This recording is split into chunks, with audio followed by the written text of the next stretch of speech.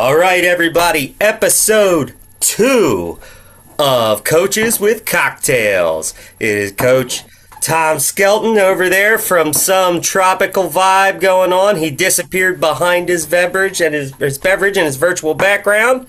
And I'm Coach Tim Dels. I'm here in the home studio. No cocktail for me tonight. Drinking neat. What do you got in the glass today, sir? Well, I have a Sazerac, and I'm not going to ever pretend that like I'm the best mixologist. But yeah, I did make a not quite a double, a 1.5. So probably was a little bit too light on the absinthe, but it's still pretty decent. I'll take it. Yeah, usually just the absinthe wash, but if you're making it a little heavier, you can't do you can't drain it, you gotta leave it in there, right? Like, I should have left a little bit. It's missing that licorice. Hang on. Uh-oh. We can fix this. I actually left stuff on the counter just in case there was I need a little bit. So we're gonna okay, there we go. All right. Okay, let's see. All right, so I'm a huge fan of a Sazerac myself. That bottle of absinthe looks just like the one that's on my bar. Did it come in a box? It came in a box. Yes, and it came with the strainer. Yeah. It had the sugar cube pour over. Yes. Yep. Oh man. I was like, I remember the first time I got it, I looked and I was like, is there a smaller bottle? Because you use like half an ounce or like if you put a little spritzer, right? Like right. It's a big bottle, right? It's a 750 ml. And I was like, this is gonna take me years to go through. But c'est la vie. Not if you do it well. All right, and I'm like I said, I'm sipping neat. Was kind of busy, so didn't come up with anything exciting. But I broke out a cool bottle for this. I don't know if the camera will pick it up. This is called Shanks. This is made by Michter's, which are down in Louisville, Kentucky. Shanks is the original name of Michter's, and the legend says that these guys were providing whiskey to General Washington's troops in Valley Forge because they were originally made in PA and not far from there. So I at least figured I'd break out a fun bottle. Hey, real quick on that, can I rant for a second? Totally, Please. This is unplanned. Louisville, can we talk about Louisville for a second and just how sad it is that race is gone now again? Yeah, so I know you've been around a long time like me. Like I remember when Louisville was a full in August and it like was racing on the surface of the sun and they had like the whole debacle where they ran out of water on the bike and run course and like it was like the only race that didn't sell out, right? Because it was just such a tough race. And then they tried the October move for the full, and that didn't work, and it went away. I never got back down there, but I was pretty pumped when it came back as a 70.3 because, like, the surrounding area is awesome. Yep. And downtown Louisville's awesome and all that stuff. And so, yeah, definitely. Should have stayed. Yeah, I think I raced the half in 2024, and then I biked for the relay in 2025. And I'll stand by that. I think it's one of the best finish lines. Was one of the best finish lines with that 4th Street Live. Like it was just such a rad vibe for just not a world championship race, just a regional race. Such a cool finish line. And I know they said it was construction, but I have a feeling it was probably more participation, right? I mean, the first year back it was like 2,500 people. Last year, like 1,300 people. So construction's always the easy way out, right? Because that's what they said for Blue Ridge, right? And even not in Ironman branding, but like Savage Man, which see, I got my brick hanging up there in the back. There we go. That was the excuse that they even used for that. That's like the convenient way out. And I understand, right? Their business, it's got to make money. If a race is in trouble, like Happy Valley is a perfect example, right? Like Happy Valley, monster first year, second year was about half the size. So like obviously this year they're doing the North American Championships there, right? Or Tri-Club Championships, whatever it is. But if a race is in trouble, like we love certain races. Put it out there and be honest. Because if you were like, hey, this race is in trouble and it was a race that like you loved, you'd be there next year, right? Like, or you'd promote it if you couldn't be there and you'd push it. Like, and so ran aside, I think that's something they could do. Like, I'll give you my quick hypothesis on this, and hopefully this doesn't get me in trouble. But nothing to do with the city. Certainly, there's the numbers that matter, and I understand that. That Facebook group, and I'm going to tell you guys, if you are interested in a race, you're looking at doing a race. There are so many amazing Facebook groups out there for all these different races. You have local regional coaches that are happy to jump on and spend their time, not looking for anything other than to help people out, share information, thoughts. That Facebook group was when the race came back was created by a coach in Canada, not even local. I don't know this person by the way, right? And every post on that group was a post that had to be approved by the moderator, which was again a coach out of Canada, not even local, nothing it was regional. for him to generate business. You got it. Which, in my opinion, as a coach, is absolute bullshit, right? Like that's not what this is about. We should want to do what we can do to help the sport grow, and know that if the sport is good and healthy and growing and thriving, like we're all going to be fine, right? And so that Facebook group, if you go look at it, compared to Chattanooga, like I've been on Chattanooga, I've got some friends on Yep. Chattanooga who do a lot with that. We talk a lot of shit, we goof off a lot, we have a lot of fun. And I think those Facebook groups are really something that can encourage a lot of fun and a lot of participation and people to recognize like, hey, this is a cool area. I need to go and do this. And Yes. it's a stretch, but I believe that Facebook group being really quiet and limited and restrictive is probably something that negatively impacted that race. I don't know. I wouldn't be surprised, and I'll say I'm a bit biased because, like, I run the IRONMAN Maryland and the Eagle Man groups, and obviously I am a coach. I'm at least in Maryland, and I don't ever like rare. I'll put up like, hey, we're having a camp that's on the course for people that might want to, and that kind of stuff. But I also like once somebody gets approved, they can post and things will change with that, like because my goal is to make it not salesy. So like if someone joins and then they, this is my camp or come do my races or whatever, I delete it and then I put them on like I have to approve the post, Yep. but if someone's perfect example, we have this guy in our group, his name's John Orlick, lives in PA, used to live in Maryland, just done the race a bunch of times. He's one of those people that's in there. He helps. He answers questions. He does this, that, and the other. Like he's very helpful to the community. And he posted like a bike for sale. And I'm like, fine, like because the dude contributes way more. He's never asked for anything. Yep. He wants to move a bike. Like sweet. Another one that's really good, and I haven't had the chance to meet her, and I really would like to, is the Ironman California group. The woman's name is Erica Knopf. I think it's KN, but I think it's Knopf. I don't know like how she's actually associated, which I think is great because that means she's not selling anything, right? But she does a fantastic job in that one too. And it's like if we could get more groups like that, and some of them like Augusta, occasionally ours, I know in California, where the actual RDs and stuff will interact some. Like it's just going to be better for the sport. Yep, absolutely. Like my good friend Meg Tobin, who is a coach, but she runs Ironman Cozumel's Facebook group, right? She Yeah. puts so much time and energy into that race and group opportunities for that race, and people can post whatever they want, and it's a really active group, especially when the race gets closer. Like that's a totally different story. She's down there a ton supporting. You're in Maryland, right? You're at the race, you're supporting every year. Like you're really invested in that community, and that's a different. So I'm sorry, total tangent, and I apologize.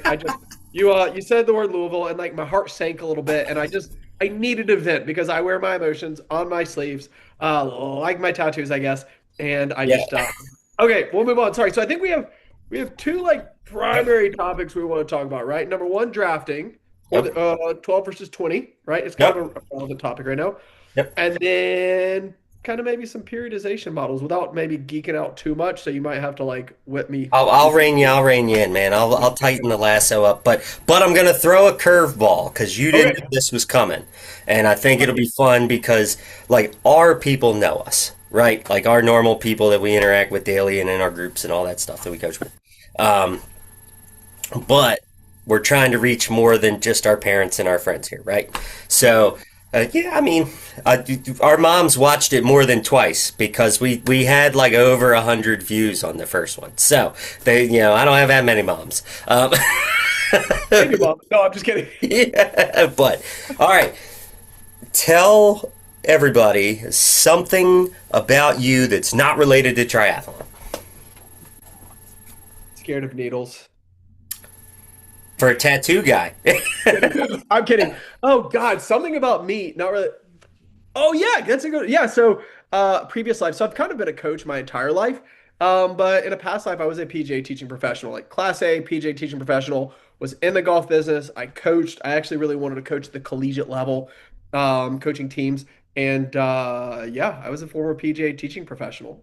Dude, that's sweet. So when we actually get together in person again, we'll have to play, and you can give me 10 strokes aside because I'm like a 100. I'm like a 90 to 100 depending on the day.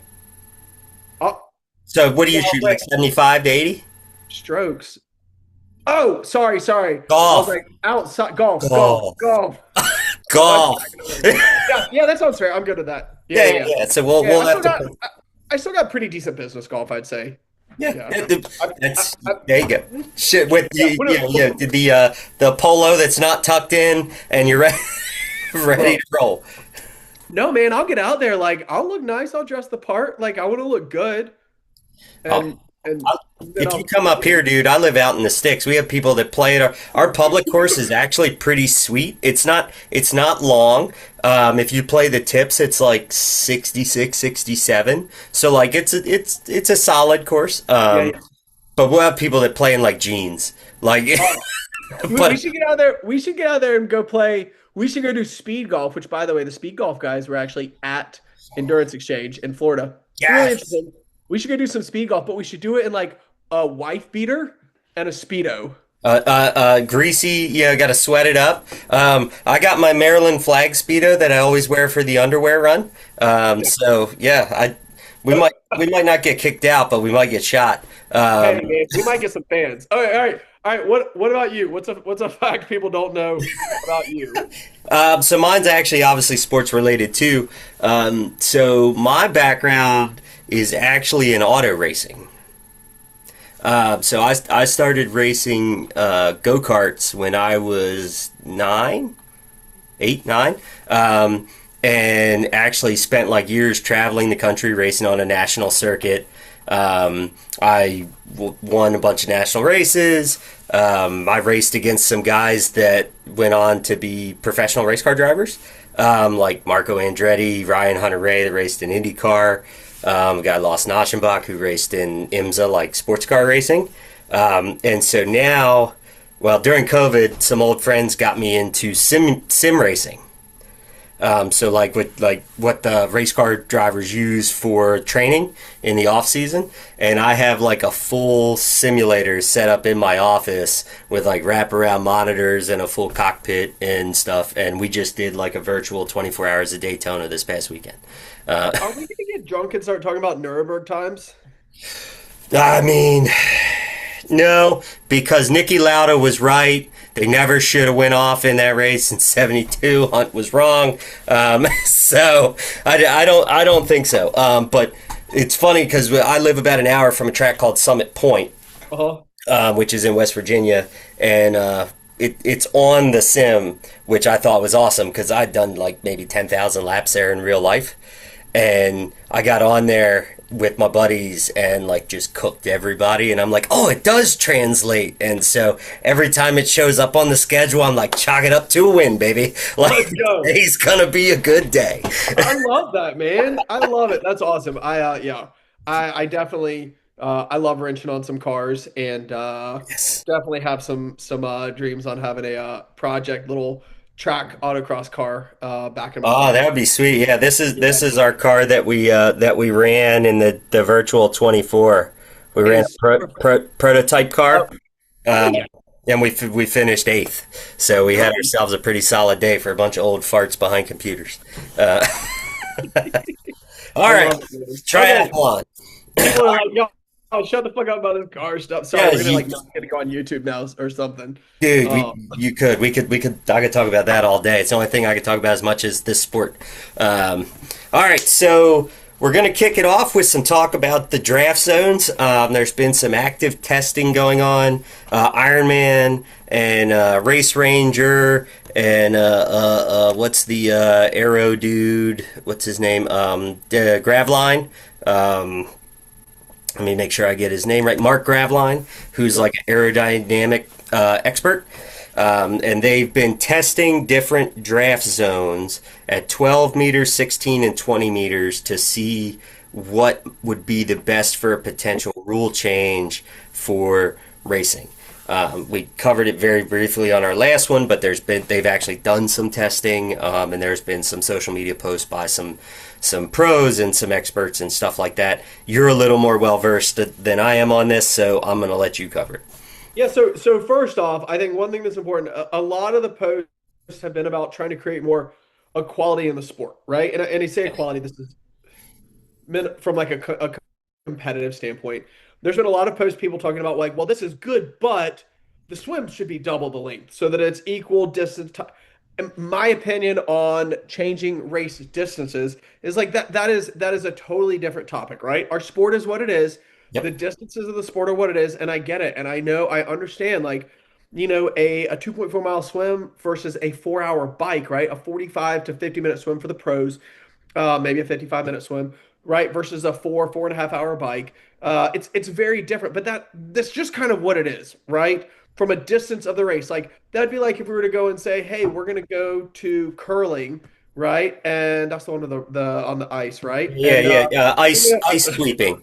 Yeah. yeah, ice sweeping. And we're going to change the distance of what it is, or bowling. We're going to make the lanes narrower, or Yes. for people, because people who curve it a lot, it's not fair for them. Like, the distance is what it is, right? We're talking about trying to make the dynamics of the race more appropriate because technology has changed, Yes. because the depth of competition has changed. And yes, I will agree that if you want to be competitive and be up near the front or first or second, the front, the lead pack or the chase pack, you got to have a decent swim. That's just a fact of the matter. I'm sorry if you're not a good swimmer. It's It's always okay. been the game, man. It's always in the game. This is Yeah. nothing new.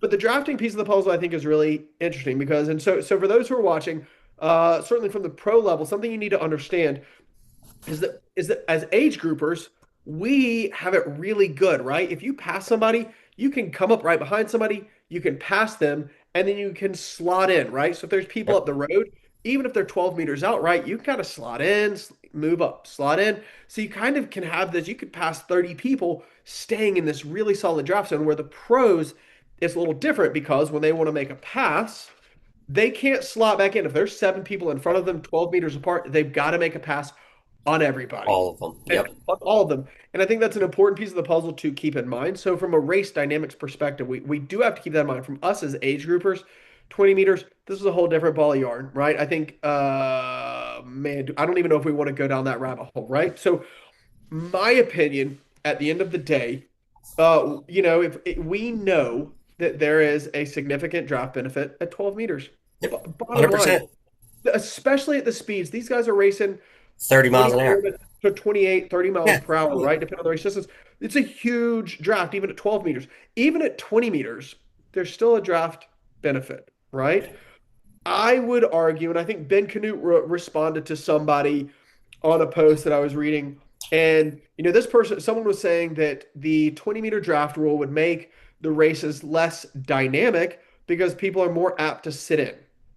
I Yep. can't make a pass of two football fields to get past all of these people, right? And while I understand in concept what they're saying, I would almost argue, and I think Ben Canute made the point that it would probably make it more dynamic because if you were too far back, right, and someone up front makes a move at 20 meters, there's a better chance of someone making a move and preventing others from behind them of actually making it. So if you want to Yep. actually be up there, you have to be really eyes up, you have to pay attention, and you have to be ready for those moves, and you have to be willing to burn the matches, make those moves, and go with maybe somebody that's 150 meters up the road, right? And you got to kind of have the balls to do that. And I love that. I think makes the sport more dynamic rather than less.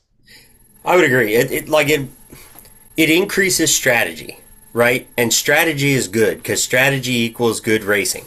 Does Might it look not as good on TV? Sure, right? Like because if you could imagine like the 20-meter rule with like back in the day, like a Chris Lieto or like a current example would have been 5 6 years ago, like a Cam Worth, right? Like a true like bike powerhouse. Like that looks bad for TV because that guy's running away because right because they're going to stretch it out. It's not close enough to the people that or a Starkowitz, right? Like a mod, so the people who aren't actually their contemporaries on the bike, right? They're 5%, deficient or whatever. They're not going to be able to hang. So it's not going to look as good on TV. But you get those people, and a perfect example moving to the female side would be like a Marinda Carfrey, who was a strong biker and a monster runner. Like, well, now they're both racing their own races, and so it might not look as good for most of the time on TV, but the back half of the marathon becomes where do those strategies fall? How do those gaps close? It allows you to race your own race as opposed to being forced to race someone else's. Yeah, 100%. I mean, but you can even think about like I think about oh gosh, I'm gonna draw a blank on the year and I might date myself a little bit here, but you remember when Macca was talking about Chris McCormick was talking about working with some of the other pros in the crosswinds to be able to really do some work to try and drop Craig Alexander so that he had to as a great runner so that he had to do some work. Yeah, Well, at 20 meters, that work is harder to do, right? So way it's harder. yeah, like 12 meters, there is an opportunity for really good cyclists to be able to try and put a dent in so that the strong Yeah. runners can't really make up. But they're all working together, right? But I still think at the end of the day, and there was oh God, I'm drawing a blank on his name. Holy, By the way, uh, you're not that old. That conversation was like it's, 2013, 14. So you're not really that old. you're right. It's not that old. I'm 42. I am I'm 42. 41, Great. so we're doing all There we right. go. Yeah, we're doing all right. We look damn good for our young Fuck, look at people. mm. I'm salt and pepper, baby. Yeah, old enough to know what you're doing, young enough to still do it. My wife is rolling her eyes hard. Um, so yeah, I mean, and there was the one of the years when um have I had too much to drink? I don't think Nope, so. not yet. It doesn't matter. We're not gonna get into it. Where oh God, someone won, and there was a lot of talk about how he didn't do a lot of work on the bike. He kind of sat on the wheel of a teammate. Why am I drawing a blank? Oh my God. Yeah, I know what I you're talking feel like about. ran across the finish line and like arms up, German, Yep, dick out, right? that And guy, that one guy, that one time. oh my God, I am such a someone's gonna listen to this and be like, "Do you know anything about triathlon?" But what you Um, do know, and we're not sponsored by, is Precision Nutrition, brought to you by I, Thomas's Hat. I do know a bit about that. Okay, hang on. I'm just gonna blame it on life and going Yep, back and forth and for sure. whatnot. It doesn't really matter. It doesn't matter. Fuck this. We're gonna move on. That's right. But yeah, at the end of the day, there's less like supportive dynamics, right? And it's more of an individual race, and I think that's the most important thing. I'm sure like some of my like I can tell you, I promise you. So the two assistant coaches with us, if they're watching, when I made the dick comment, they're gonna be like, "How do you not? How's that name not come to mind?" They're gonna be like, "This is so and so," and it's just my brain is off. That's fair. That's why they're But assistants. no, well, they're very good coaches, but yes, Well, because somebody, you're right. Just somebody's got to because be their in charge. That's all. because their mind works better than me. Oh God, but yeah. So I think at the end of the day, it would provide more fairness and equality. I love the concept of having race rangers, and I've got a couple female friends who both race professionally. They've had some interesting thoughts on that, and they felt like it actually allowed them to race a little tighter because it let them see they were actually being a little bit too conservative for the distance, right? Yes. And then Yep. they were able to move up a little bit, and then it was like, oh, boom! All of a sudden, it's red. We got to make a move. We have to make a move. The Yeah, red you're light. committed. You're in the zone. You got to go. I'm in. I got to go. Right. Versus like, where am I? How am I? Because I think one thing that's detrimental to the sport, and this is maybe tangential, but I think important, is we have historically, up until Race Ranger, we've had some of these drafting penalties been up to the discretion of the marshals out there on bikes, right? And obviously in Kona there's talks about right my brain is just not working on words. The reflectors on the road being the distance, so they could use the reflectors to gauge distance, but still, like, unless a marshal is right up and against that, they're estimating the It- distances. they're doing the best they can. They're trying to call balls and strikes, right? Like if you're But trying they to don't have the call perspective. if you're trying to call 12 meters, which we're going to do the yards equivalent, the Freedom Eagles measurement here, and not the meters. So 30 the meters, it's like 38 and change feet, right? Like versus 36 feet. It's just under 39, I think. But so Yeah. for any, what's that? 13.12 yards is a meet Okay. is 12 meters. So that's 39 and a half feet. Okay. So if we're going so 40 feet we'll call it for the sake of math. If anybody's ever tried to do home improvements, a 25-foot tape measure looks really big. Now make it 40 feet and you're moving at three different speeds: the speed of the lead rider, the chase rider, and the official. And you're not on a perfect either parallel or perpendicular angle to measure it. So it's always been like a balls and strikes call. And like when I do talks at like IRONMAN Maryland and we talk about drafting, and I have a rope that's cut to length. And I open it up and everybody's like, holy crap, it's so big. And so then it's like, well, when you're behind, I know, right? It doesn't get said in the house, only when I'm at the Again, my wife is laughing.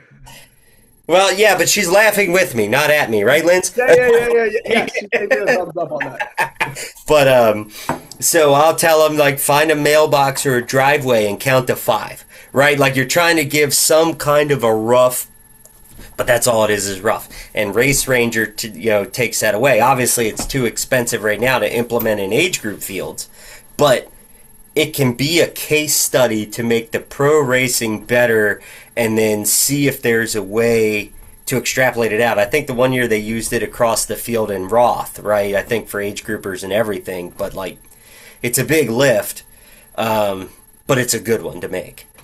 Yeah. Yeah. Speaking of, by the way, if you're an age grouper and you intentionally draft off people, you suck. You're an That's all I- a-hole. You're an a-hole. Now, I can't tell you, at Eagle Man, there's been so many times where, like, I'm just picking people off because, like, I'm a above average swimmer, but not a good one, right? Like, I'm 32 minutes, 34 minutes, somewhere in that ballpark, right? So not a fantastic swimmer. And I'm, like, picking people off. And I've had a couple times where, like, you're checking them off, and then they all come back by at about mile 40 and they're all together. And like, so they just like latched on until they got a group and then went back by, and I'm like, I hate every one of you. Sorry, this looks really bad, but I'm making bread right now. Yeah. Sure, you're kneading bread, You might want to down here. raise that up a little. Measuring from the bottom. Measuring from the bottom. Yeah, but that's not your bowl's not that big, Thomas. Sorry, I'm making bread. Your boy's hungry. I gotta make sure I make. If I I make hate bad to bread, tell you, that's not going to be ready in time. Like, it's bread. It's bread. It's bread. Okay. Onward. I'm sorry. Okay. So I think a little bit about the distance, right? I think we're both in agreement. yes, At the end of the day, right? And I think that the thing that's important is, we're having this conversation kind of from the professional perspective, which neither of us race professionally, no, nor even close. Nope. But we're both massive fans of the sport, right? And we want to see sport be fair. And it's also interesting. I wonder how many races outcomes have been positively or negatively impacted based on poor drafting calls. Same thing as football games, right? Like that wasn't a touchdown, or maybe it was, and you called it back. But now we have instant easy, replay. man. You better be careful. You're going to upset a lot of Buffalo fans with that tonight. It was an interception. Get over it. The rule sucks, but as the rule was written, it was right. I don't watch that much NFL. Sorry. Just kidding. Yeah, but you're built like a triathlete. I'm built like a football player. So look at pecs for days.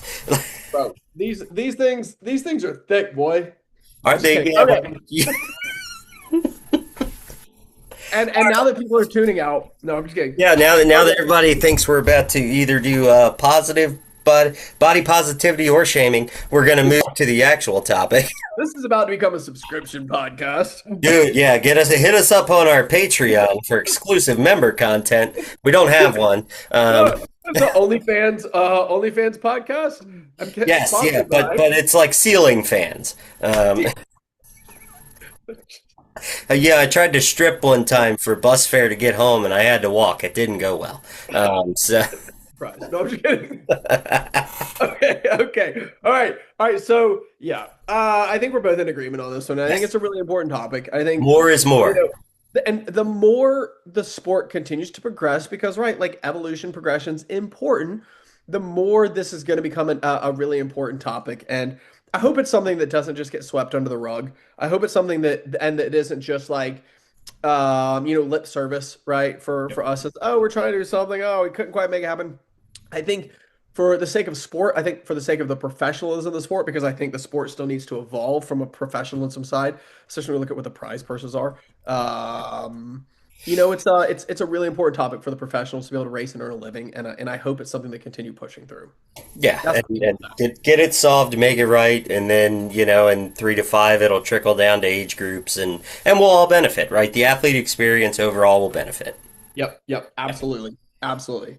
Okay, All right, periodization. to the main topic of the evening. So obviously we're both coaches. This is our primary function and what we do, and a big part of that. A lot of people think, hey, they're writing my workout every day. Their coach is writing the workout every day. If they're a good coach, they're analyzing data every day and making adjustments and comments and that kind of stuff. But when we structure training, we don't structure 3 days or 5 days or seven. Like we're looking at a much bigger picture to get them to race one, race two through a season, right? And we kind of build out bones for that and a structure for that. And then we fine tune as we go along, right? Based on how their sessions go, what's going on, this, that, and the other. And there's a couple different, actually, I guess there's a bunch of different approaches now and how you can kind of tackle it. But the two that you kind of see the most in like your Training Peaks articles or a quick Google or anything like that is kind of the old school but effective method of periodization, which is kind of that stair step build that everybody kind of thinks of, right? Building your base up and that kind of stuff, or the reverse periodization, which is taking the pyramid and flipping it over, doing the hard work early, less volume, more intensity, and then starting to stretch it out later. So we're going to talk. Go ahead. Sorry. So yeah, so let's. I would want to make sure because I'm trying to think about like who might be watching this and their thoughts on that. So Yep. think about periodization as always balancing volume and intensity, right? Like if we're doing more volume, we're doing less intensity. Yep. If we're doing more intensity, we probably are doing less volume. It's just a balance of the load, Load. right? Yep. So It's a perfect term. we're talking about kind of standard or traditional periodization model. So periodization being kind of how the volume and intensity is playing throughout the year, right? And reverse periodization, where so traditional periodization would maybe be I'm going to say less intensity, right? But more volume at the base. The And then traditional. you Yep. get towards the race season, intensity starts increasing, right? Base, tempo, threshold, VO2 max. We're doing less volume, but more intensity. Whereas reverse periodization, right? We're maybe starting with more intensity, Yep. right? More VO2 max, threshold, sweet spot, Yep. right? Yep. Aerobic endurance. And we're doing more volume and less intensity as the season progresses. And keep in mind, gang, as we're talking about this, we're overly simplifying the shit out of this because it's a podcast or a Zoom chat, and we don't have 87 hours to like build a textbook out like I did with an athlete that I had a conversation with I today. mean, we could do that, right? We could do periodization for dummies. I'm sure it already exists, though. But Probably. Probably. it probably exists. If it doesn't, there's a missed opportunity. We can make like tens of dollars. Um, so, all right. So, obviously, the type of training, I'll call it programming, right? How you're going to write someone's plan out, right? Their training out. The type of programming is impacted by a lot of things, right? One is their schedule, not in any particular order of importance, right? One being their schedule in terms of when's their first race or what the distances are, that kind of thing. Their experience and ability, their available time to train, right? Because you could be the best plan writer in the world, but if it doesn't fit someone's schedule, it's never going to work anyway. And then one that I like, another one that I call it durability, which is like an athlete's ability to stay healthy, right? Like some people are predisposed to injury at high intensity because maybe they had a hamstring issue a long time ago, and so that hamstring's always going to be finicky because they had to have it trimmed or something. Or maybe there's someone who's just predisposed to stress reactions and stuff for lots of volume. So there's kind of a lot of factors into how you would structure someone, and it's always going to be on a case by case basis, right? So you've been in the sport long like me, about the same time, maybe a little longer. I'm not sure. I'm getting close to 20 years, which is kind of scary. I think this is 16 for me. Yeah, yeah, it's kind of. I think this is 18 or 19 for me. But so like back then, everything was the traditional periodization method, right?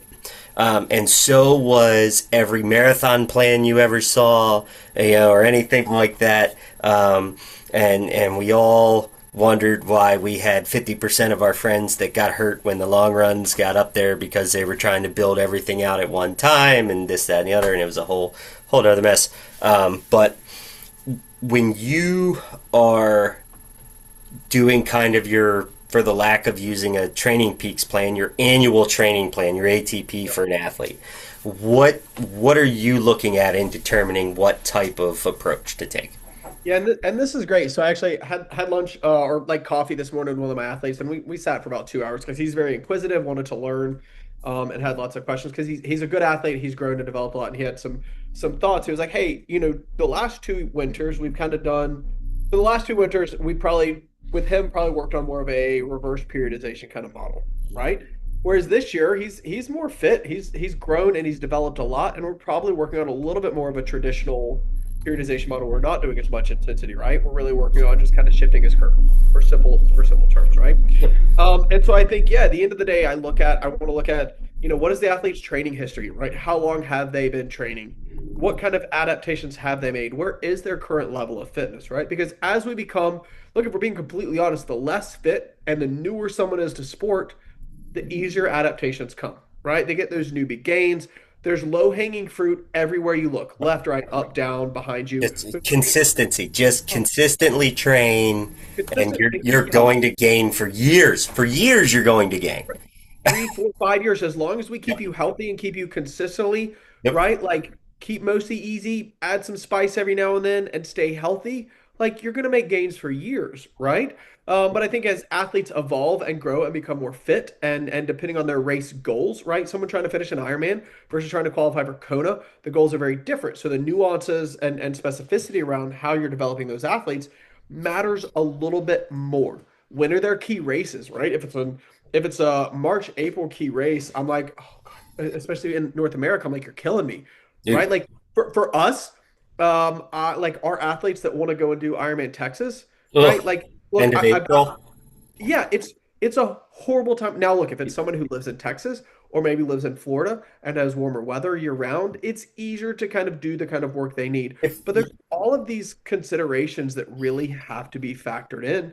And I think I hate to say it, but ultimately the best answer is it just depends. Where's the athlete? Where are they doing? How long have they been in sport? What are their goals? There's no simple answer for this. And if you're a coach and you're saying this is how I do things, like that's with that's everybody, what I was going to say. You say you hate to say this, but it's the right answer, right? And you, me, the hundreds of other great coaches that are out there, whatever. Like any coach that tells you this is the way because this is how I did it is not the coach you want, right?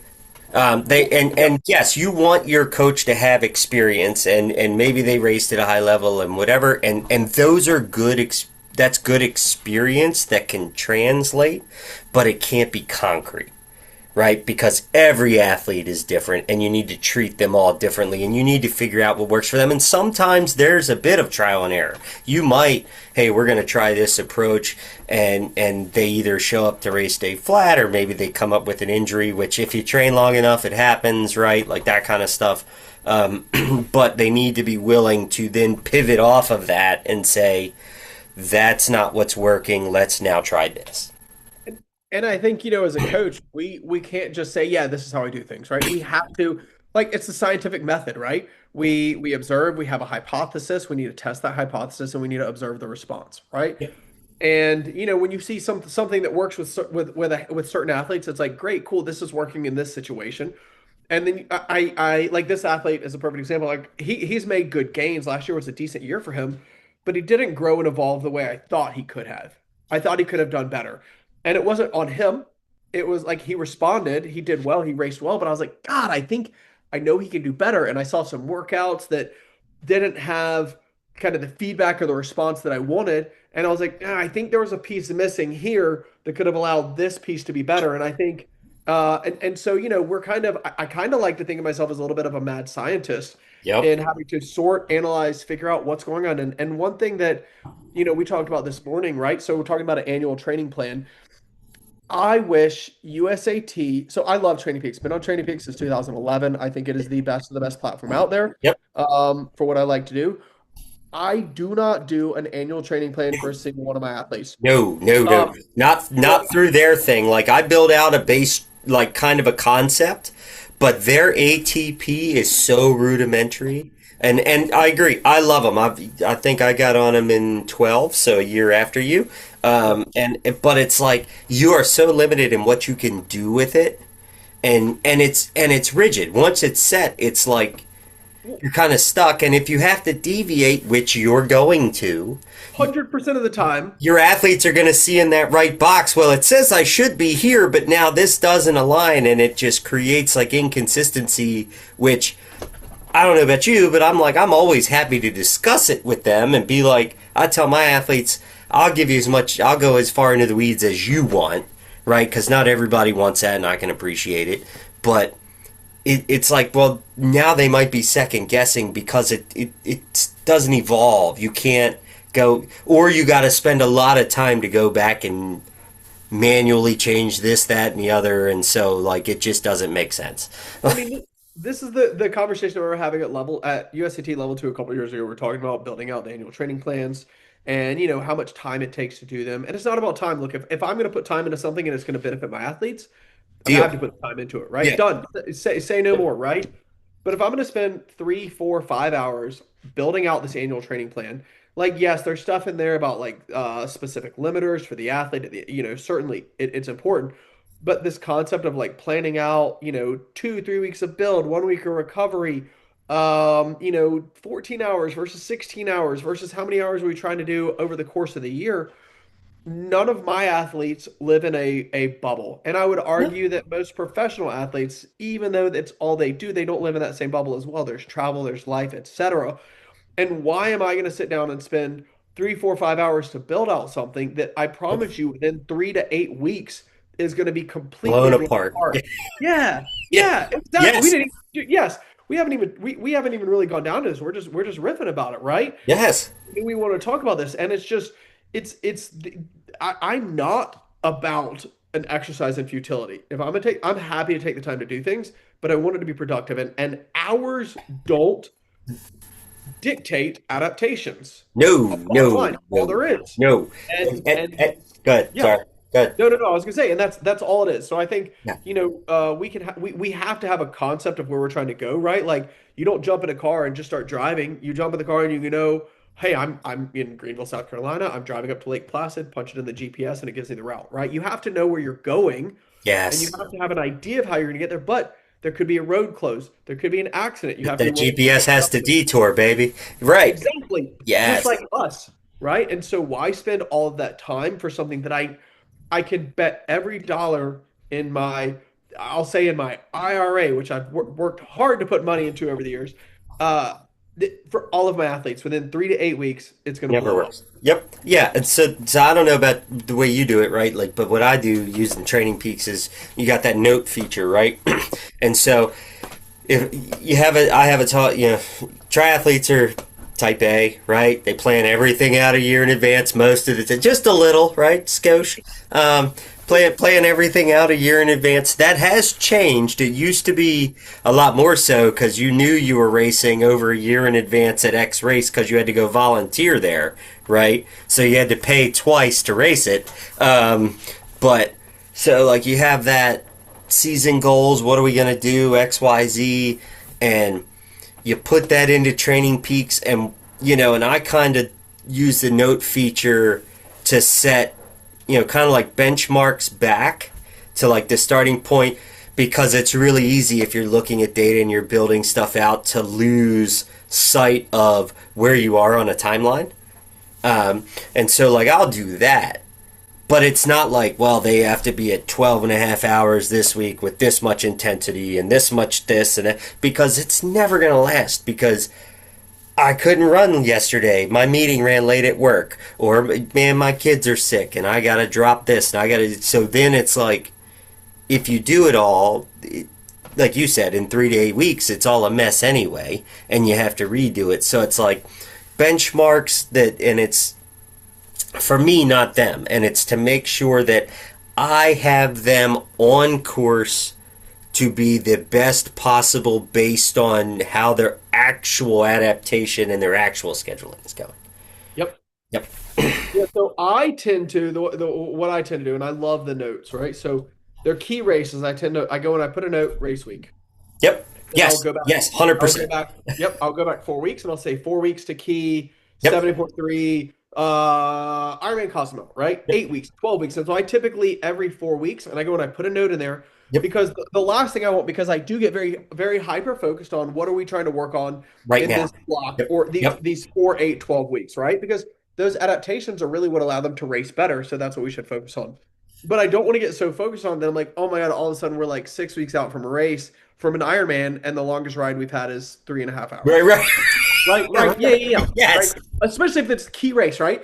And so for Yes. me, those notes in there, because perfect. This is so funny. I wasn't thinking about this when I had this conversation with my athlete this morning. But I look at things as we're doing two things, we're either building fitness or preparing for a race, right? Yes. Yes. And key races, I really like, depending on the athlete, what the race distance is, like 8 weeks, 6, 8 weeks for like real race, real big Yeah, race prep, or what race prep. I call it sharpening. Yeah, race Yeah, prep. Yep, like 100%. race specificity, right? Outside of that, like let's just keep pushing the envelope and building fitness as much as we can. The type of fitness that this athlete needs, obviously, if it's an Ironman athlete, right, the way things need to be periodized and the type of work they're doing are going to be different 12 weeks out from a big race versus like an Xterra athlete or cross country mountain biker, right? Totally different physiology and different demands, different needs.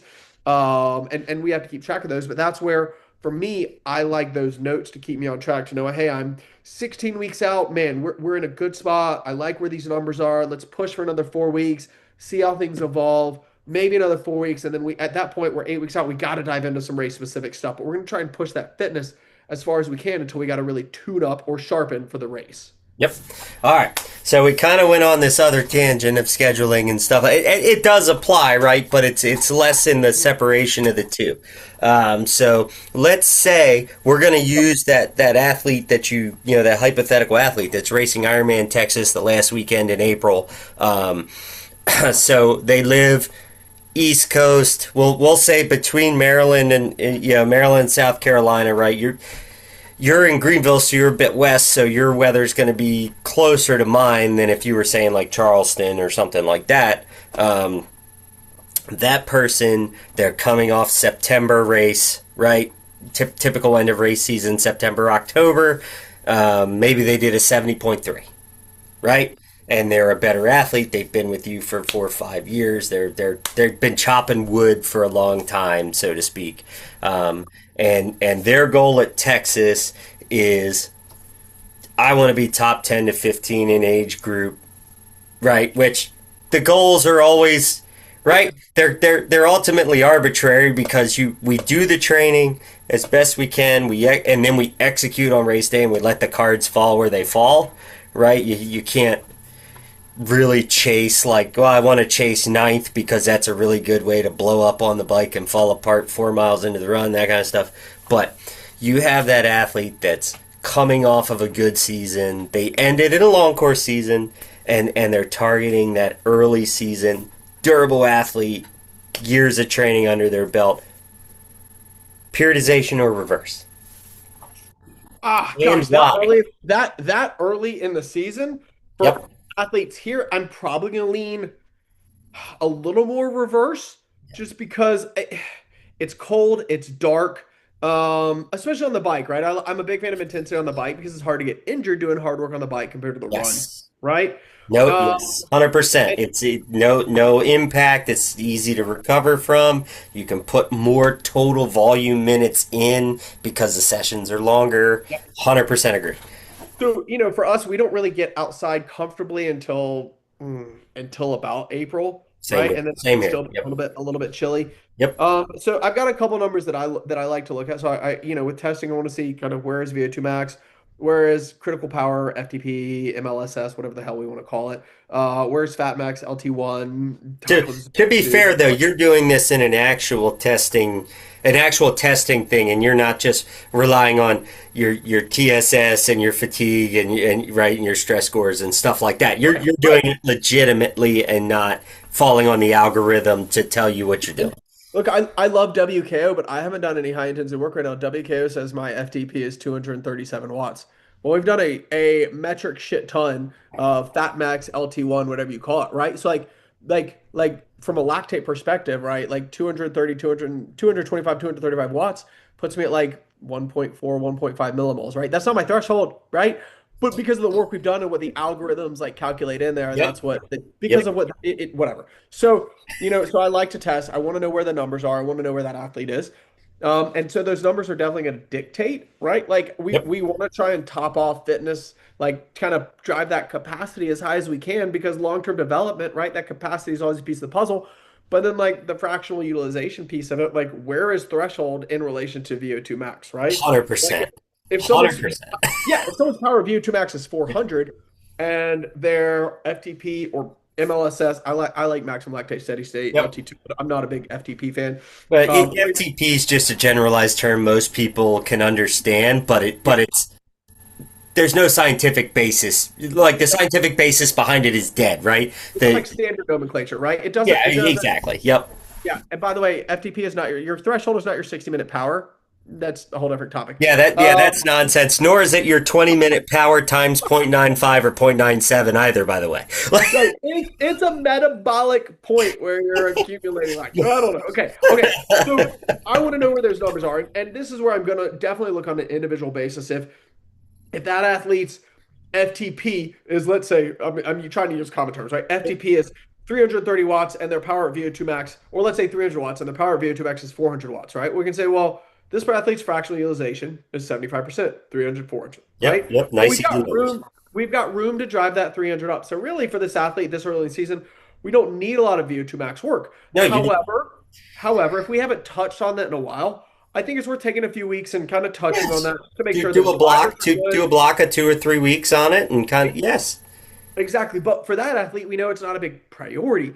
Now, if someone and we know their powered FTP is 300 and their threshold is 250, I'm not Okay, gonna be able to do that math off the top of my head, but we know from like a you're fractional utilization not. perspective. Oh man, I went to You do Clemson. 70. It's 78, almost 79%, man. Come on. Come on.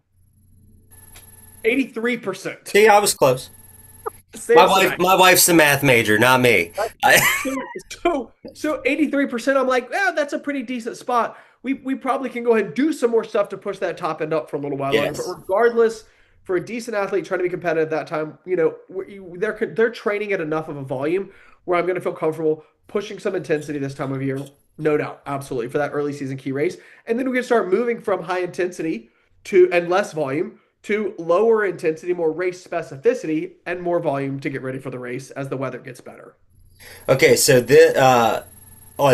First, I'll say I loved everything you said, right? Like, because this is, a lot of people don't realize, yeah, I know, right? Take your bow, do your flourish, and, but, so, a lot of All people that a don't, curtsy. well, your skirt's too short. If you're wearing your 3-inch pink shorts, don't If you curtsy. had legs like mine, you'd wear a short skirt all the time. It's great because it actually, what you're saying emphasizes two things that I think a lot of people don't realize. One, on the basic level, is how much actual science goes into what we do, right?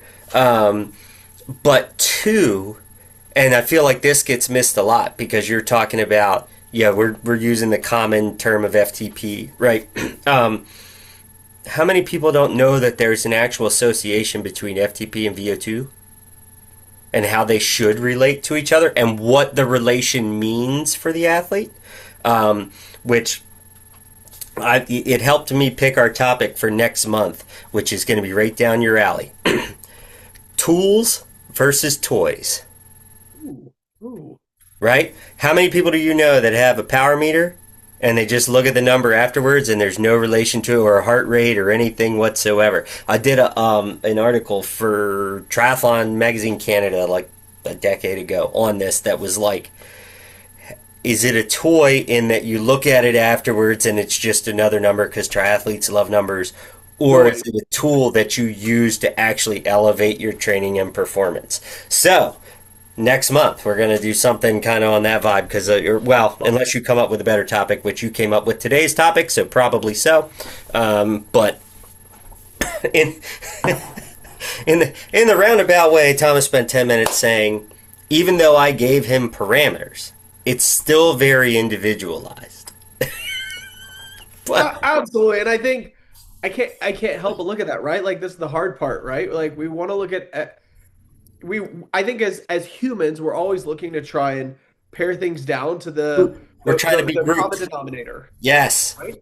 yes. But from developing, like we work with athletes of all different abilities and backgrounds, and to try and just say like this is how we do things, like that's fucked. It can't. It Sorry. can't work. Like it can't. The thing that's important is like we're always we're wrong often. I'm never always right for what's best, right? Well, you're Two, sweet. two, 2 to 3 times a year. No, that's it. I was wrong once. Turns out I was mistaken. Yeah, it turns out, yeah, like Albert Einstein, right? Who put something in an equation because he said I can't figure it out, so I must be wrong, and he like put a placeholder in there, and then like 50 years later, they found the thing that equaled the placeholder, and they were like, his problem was that he thought he was wrong, like. But it was. But he wasn't. He just didn't have a name. Einstein. He just didn't have a name for it yet. Like it was like, I'm not that guy. I'm wrong often. But Right. that's part of it. But we also test theories and processes on ourselves and other people we know, and we evolve. Right, your education and understanding always evolves and adjusts, and And that's our athletes, right? Like testing. 100. Testing is not something we do because we're assholes and we know it, you hate it. Like testing is because we want to see where are your current fitness markers. Yes. But also more, this is the most important part that we don't think about testing is how have you responded to the previous block or blocks of Yes. training that you've done, right? What was our theory or hypothesis or what we thought you needed to work on correct? Yeah, one of the way that I explain to athletes, like if I'm doing an interview for coaching, right, is I typically, and this is me, I know coaches do it all kinds of different ways. I typically only show my athletes 1 week at a time when I write programming. Now I might write a 3 week progression, right? And that 3 week progression is based off of a thought process and what we're trying to accomplish in this cycle, right? In this block.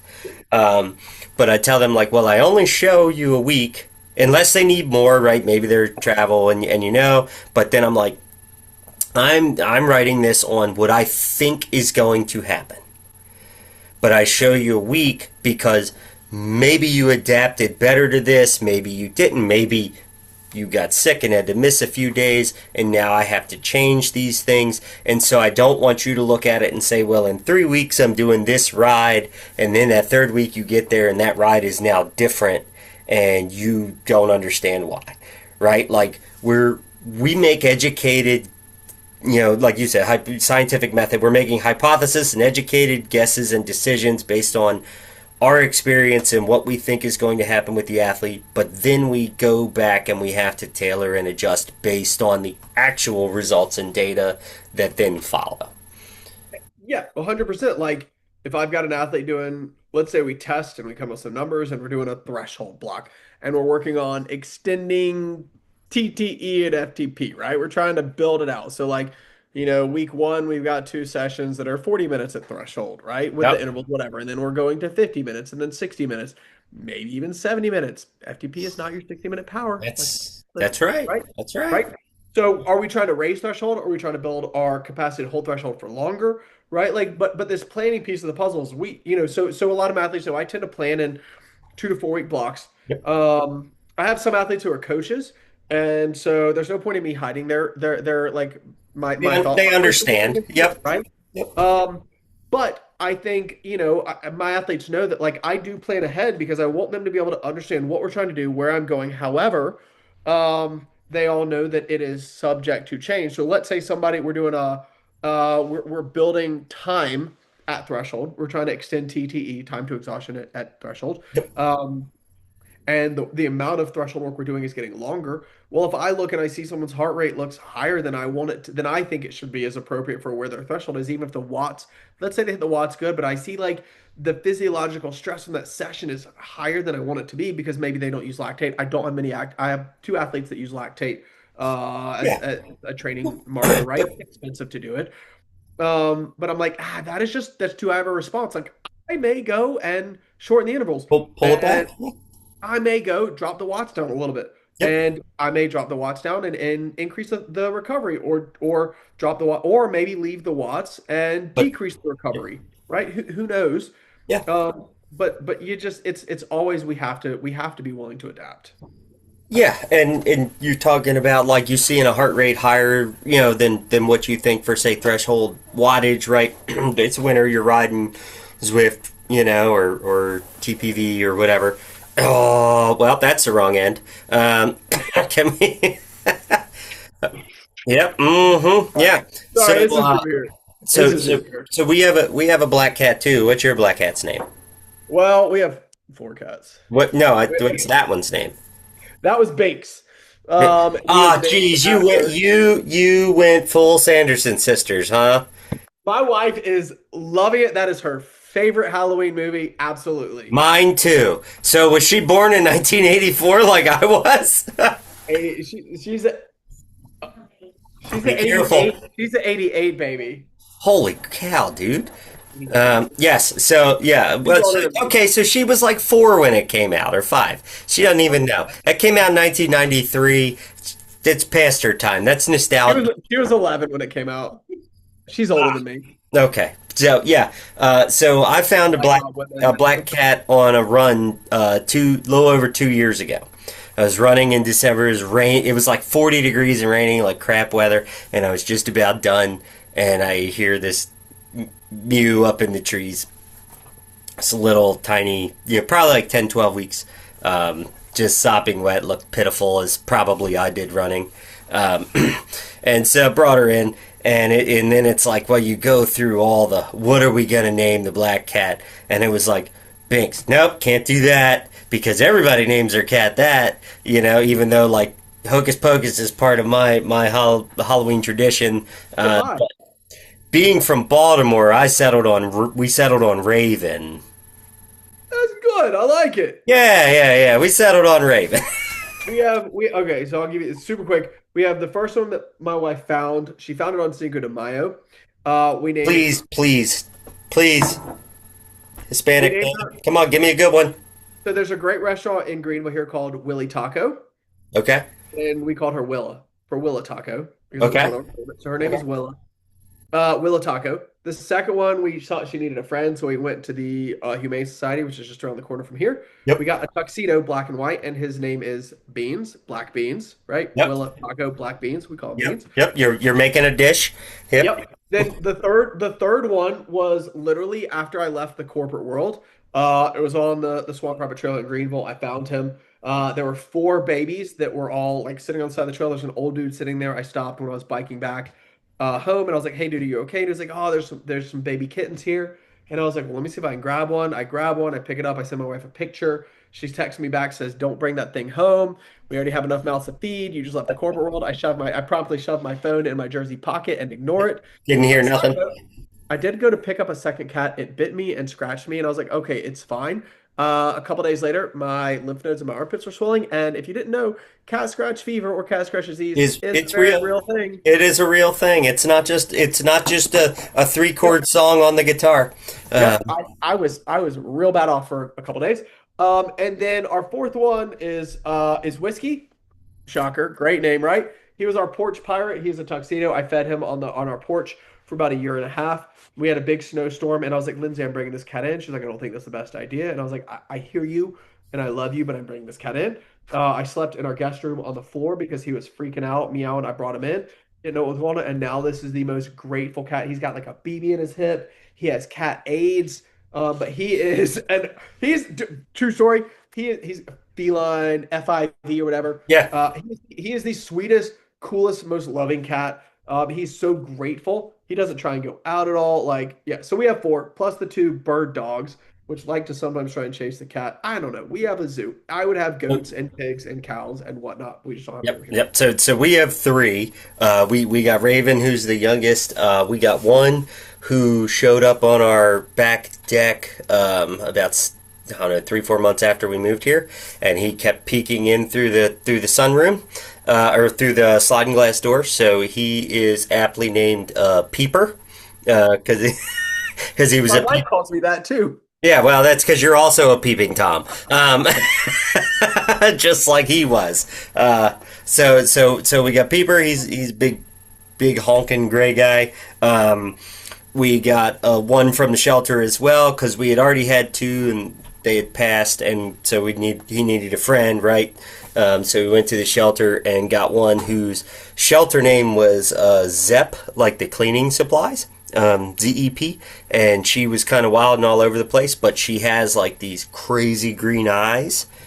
So my wife we call her Jelly, but my wife named her Jealousy because Jealousy is a green-eyed monster.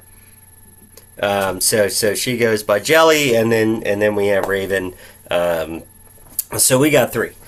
I Yeah, love it. I yeah, yeah. love it. The cats are a vibe, man. The And cats. they are. They're. It's funny. My sister had one when I was younger, and I grew to hate cats. And it was not the cat's fault. She was declawed and neutered or spayed at the same time. So pretty much anybody would have been pretty pissed off. So she was for the for the rest of her life, and so I had this very negative belief of opinion of cats and was a dog guy. But now I have three, so I'm obviously converted. Yeah, they're so easy too, and I'm allergic, but that's a whole different story. She's allergic to dogs, but that never stopped her from working at the SPCA. So like you love them, right? No matter what. Yeah. Yeah. Yeah. Okay. So I feel like we've talked a lot, and we talked a lot about different things, and I think the thing I hope people understand it that is that there's no specific perfect way, right? As coaches, we have to have these understandings of these concepts, and we have to be able to recognize when is the right time to apply different pieces of the concepts, Yes. right? And so while one year we may do something, the next year you may do it a little bit differently. The next year you may kind of be back to how it was. The year after you might be not changed at all. We're Yep. always as coaches trying to look and see what kind of different things have happened, what's the science out there look like, and how can we best apply some of these things to impact each of our athletes' specific individual levels of fitness, right? Yes. Yes. At the end of the 100%. day, periodization models are an attempt to conceptualize a very complicated topic and pare it down to this simple formula, which is bullshit. Yes, that is perfect. That is it is a an imperfect perception of an imperfect process. like, Right. Yes. I love that. Absolutely. like right we're taking concepts, applying them, and then adjusting them, Absolutely. and then hoping for a certain progression, and then evolving and adjusting them when that doesn't happen because life always gets in the way and it just doesn't happen perfectly, right? Like the scales aren't always balanced, and we just do our best to try to rebalance them, right? 100%. Like that's I think people think this idea of coaching and planning and developing is this very structured and rigid situation. And the amount of time we probably spend looking at data, analyzing, trying to say which direction do we need to continue Second doing? guessing yourself, right? Yes. We should be doing. We should be thinking and looking and analyzing and planning and figuring. And there is no, it would be so easy to just say training peaks, annual training plan, average 15 hours a week, low nine, high 18 hours, 600 hours a year, Sounds and great. let it plan it out. Oh, this week someone needs to have 15 hours. This week someone needs to have 9 hours. But it doesn't work like that. It doesn't. It doesn't. It's more complicated than that. And I'm not going to apologize for it. No, so uh, I'm sure you come across this a ton. Come across a lot of references or answering questions about the Be Iron Fit book, right? Don Fink's book. And what I tell people is that that book is a great resource from the standpoint of there's a lot of really good information in it. There's a lot that you can learn off of it, and the basics of it are amazing, right? For what you can get, it is great. But what I tell people in this, whether it's that or like a Training Peaks plan from, like some of the coaches that do a lot of plans, plan selling, right, out Yep. there and Yep. stuff, is I'm like, that's not coaching. That's plan writing. There's and there's some great ones out there, There but are, but it's plan writing. It is, and anybody with a lot of experience and some time and understanding can write a pretty solid structure, right? But that's not coaching. I'm like, coaching is having to change the puzzle pieces around to still create the same picture in a different right, in a different position. And it's like, and I think you emphasized it perfectly. Like you're way better at talking about it in detail than I am. It's all in here. It doesn't come out good. Like, I'm good at like rambling. I don't know. I don't know about that. well, pretty But soon we'll be yelling at clouds, and it's fine. yeah. But So yeah. So okay. If anybody's still here and actually listening, besides our moms, hi mom. my mom. Uh, I hope my biggest takeaway is I hope people understand if they're working with a coach or any of my athletes or any of your athletes are listening. I hope the biggest takeaway is that you understand that we don't have like we have a concept or thought or theory about how we want to plan the year, how we want things to go, but that we also recognize that that is likely to be um, or will be adapted, adjusted, changed as the year progresses based on how someone responds, what happens in life, extra travel that comes up, injuries, lack of injuries, etc. And that it is not this strict, rigid, simple plan. No. Ian Malcolm in Jurassic Park said, "Life finds a way." I always tell people in coaching, life gets in the way. Right? Great movie. Jesus, man. Okay. Sorry. Okay. So I think we covered a lot. I think Yes. we ranted, rambled a bunch, but I think we hopefully got our point across, or we didn't like get a specific point across, but we got people's minds churning. And I think if we can get people thinking and their minds moving and the gears turning, that's a huge win, right? That's a good thing, right? Always, always be learning, always be thinking, right? Like because nothing is ever set in stone, and things are always evolving. For sure, man. So I think it's time to eat. It's Time to dinner eat. time. I'm assuming that in your house. Yeah, we're probably pretty close. We're like a 7:30 household Nice. here, so we're pretty much dead on time, which is pretty sweet for me. I don't know what you made, but I'm sure it's delicious. So, but Pizza. yeah, so next month, unless we come up with something better, tools versus toys, I like it. or some deviation of that, because obviously we take a lot of exit ramps on this talk, because that's how it should be.